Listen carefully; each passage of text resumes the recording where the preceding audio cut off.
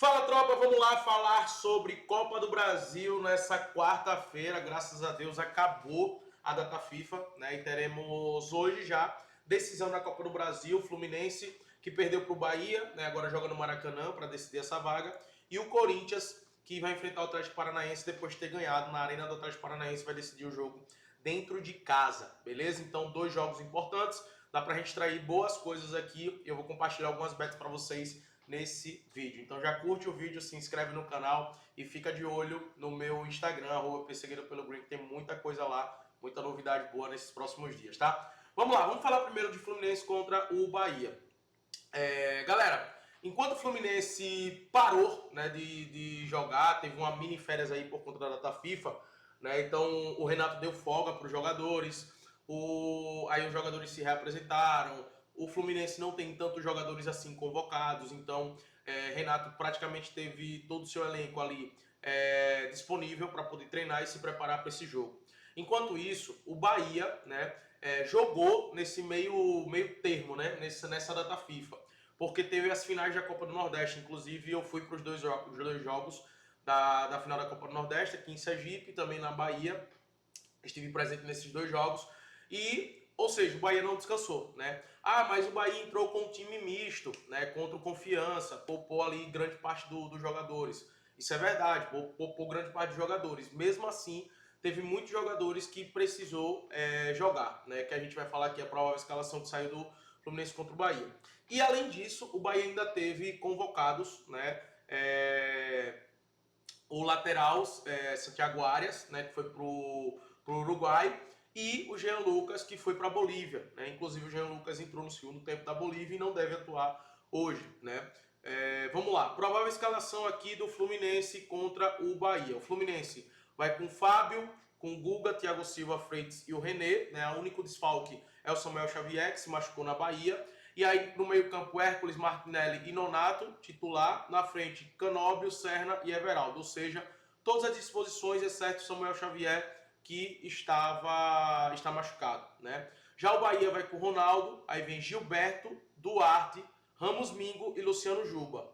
Ou seja, o Santiago Arias, né, de fora, né, aqui. Entra o Gilberto, que é um bom jogador.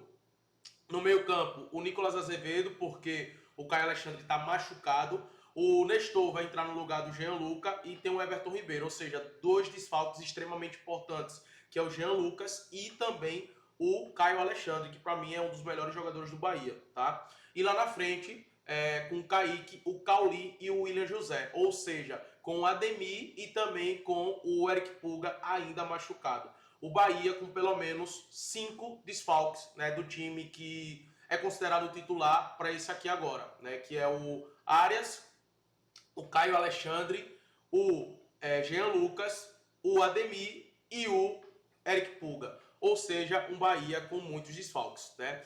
Agora, o que é que tem de bom do Bahia? É o sistema do Bahia, é um sistema que busca controlar muito bem o jogo, que gosta de ter a bola e tem uma defesa muito forte. Por isso que eu gosto de olhar para esse jogo como um Bahia jogando em bloco baixo, se defendendo, buscando segurar o Fluminense, porque tem a vantagem, né, jogando fora de casa, e o Fluminense com mais ímpeto, indo para cima, com a necessidade de marcar gol, mas nem tanto assim, né, porque só perdeu por 1-0, então um gol vai levar o jogo para os pênaltis. Então eu vejo um jogo mais truncado aqui, muito por conta do estilo de jogo do Bahia, de ser um estilo de jogo controlador, e é um time que se defende bem. Por isso que eu gosto de alguns mercados aqui, tá? Eu gosto dos mercados de para ambos os times tomar cartões, tá? Por mais que o Candançan não seja um árbitro que dá tantos cartões assim, mas a gente sabe que o futebol brasileiro tem uma média alta de cartões por conta, ainda mais em jogos de mata-mata, por conta dos nervos dos jogadores estar à flor da pele. É um jogo muito decisivo, os caras vão dar tudo de si, então é aquele jogo muito pesado, né? E aí o árbitro, para poder controlar a partida, acaba usando o amarelo para poder segurar um pouco o ímpeto dos jogadores. E por isso que eu gosto de ambos os times tomar cartões. Outro mercado que eu gosto é o mercado de escanteios, para o Fluminense marcar pelo menos 3 ou 4 escanteios, tá? O Fluminense, que em casa tem uma média alta de cantos, uma média de 5 cantos marcados, cobrados por jogo, tá? Se a gente for olhar aqui, ó, a linha de cantos do Fluminense em casa, tá? Nos últimos 10 jogos, em 70% dos jogos, ele cobrou mais de 3,5 escanteios, ou seja, cobrou 4 escanteios. Imagine um jogo onde eles precisam buscar o resultado, né? Eles precisam buscar o gol por ter perdido. Então, acredito que esse mercado também vai ser um mercado muito bom. E outro mercado que eu gosto também é do under 3,5, tá? Para não acontecer 4 gols nessa partida. Também é um mercado que eu gosto bastante, porque eu vejo um jogo muito truncado aqui, muito pela forma de jogar do Bahia, né? E não deve se expor aqui. Beleza? Então, esses são os mercados que eu gosto de atuar no pré-jogo. No ao vivo eu estarei de olho no Lei, né, o Bahia. Então, por exemplo, vou lá no Bolsa. Deixa eu ver quanto é que tá pagando aqui no Bolsa.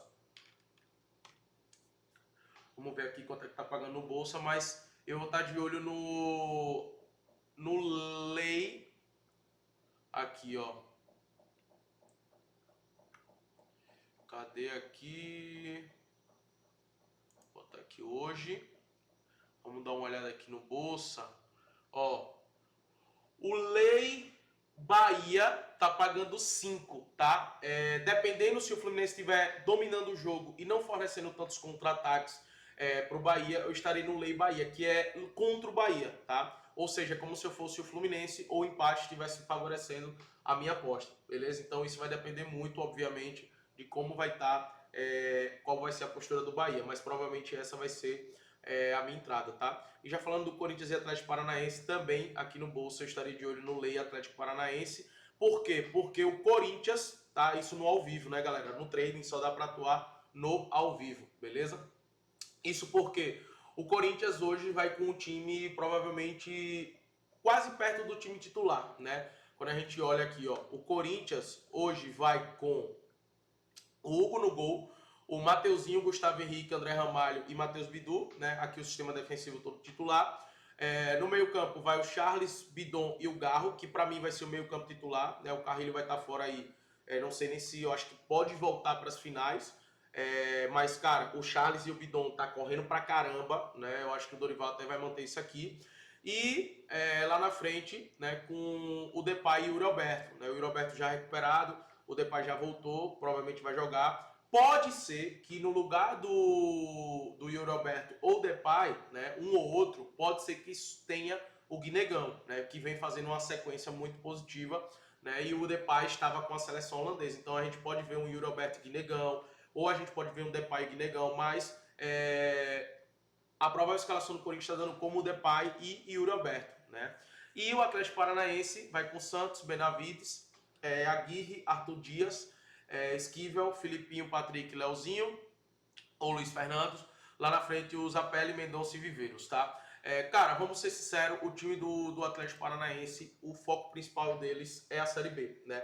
É retornar para a primeira divisão, não é a Copa do Brasil. E o fato do Corinthians ter conseguido o resultado fora de casa, né? Um bom resultado fora de casa, apesar que foi um jogo muito equilibrado e o Atlético Paranaense até mereceu o empate, o Corinthians chega muito favorito aqui dentro de casa, né? Então, por isso que no ao vivo eu estaria de olho contra o Atlético Paranaense, utilizando o trade. No pré-jogo dá para utilizar ali o mercado de cartões, né? Para ambos os times tomar cartões, é algo que é bom. E a classificação do Corinthians é algo que eu também acredito aqui. Um ponto também que eu quero destacar é que o Atlético Paranaense tem uma média de gols sofridos muito alta, tá? Ó, a média de gols sofridos do Atlético Paranaense fora de casa é de 1,7 gols sofridos. Cara, sofre muito gol. Muito, muito, muito gol. É um time que faz muitos gols na Série B, mas que sofre bastante, né? Dos últimos 10 jogos fora de casa, em apenas 20%, ou seja, em apenas 2 ele não sofreu gols. Todo o resto ele sofreu. Então, como é um time que tem uma média de gols sofridos muito grande, e o Corinthians,